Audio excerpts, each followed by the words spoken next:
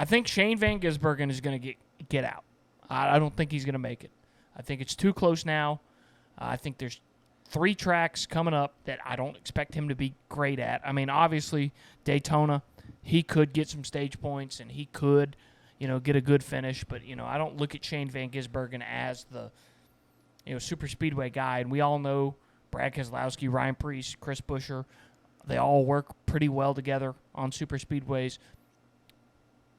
And those Roush Fords are usually pretty good. There've been some lulls here and there the past couple of years on super speedways, but I expect those cars to be good at Daytona. But I don't think Shane van Gisbergen is going to be good at all next week. So it's going to come down to this weekend. Can Ryan Preece, gain 10, 15, 20 points on Shane van Gisbergen? And I think he can. I think it's going to come down to those two. I think it's either going to be Shane van Gisbergen in 16th. I think, obviously, the 2-car. I think he's going to make it.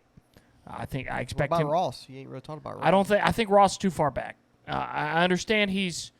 You just said Brad could possibly. Man, no, you didn't. You said Preece. I think it's. You give it up on Brad. I think Brad's done. I think Ross is done. I think they're not consistently fast enough for how far they are back. I know they're not that far behind Preece, but I don't think they're going to jump Preece. I think it's going to be close between all of them, but I do think it's going to come down to Shane van Gisbergen and Preece, and I think the most important race weekend is this weekend here at Richmond, because if Shane can run well this weekend, I don't think Preece has a chance, but I think Preece has a chance to run top 5, top 10 this weekend, and if Shane runs 20th, which is very possible. It's going to be New Hampshire. I think Preece has got the edge on him, and then who knows what happens at Daytona.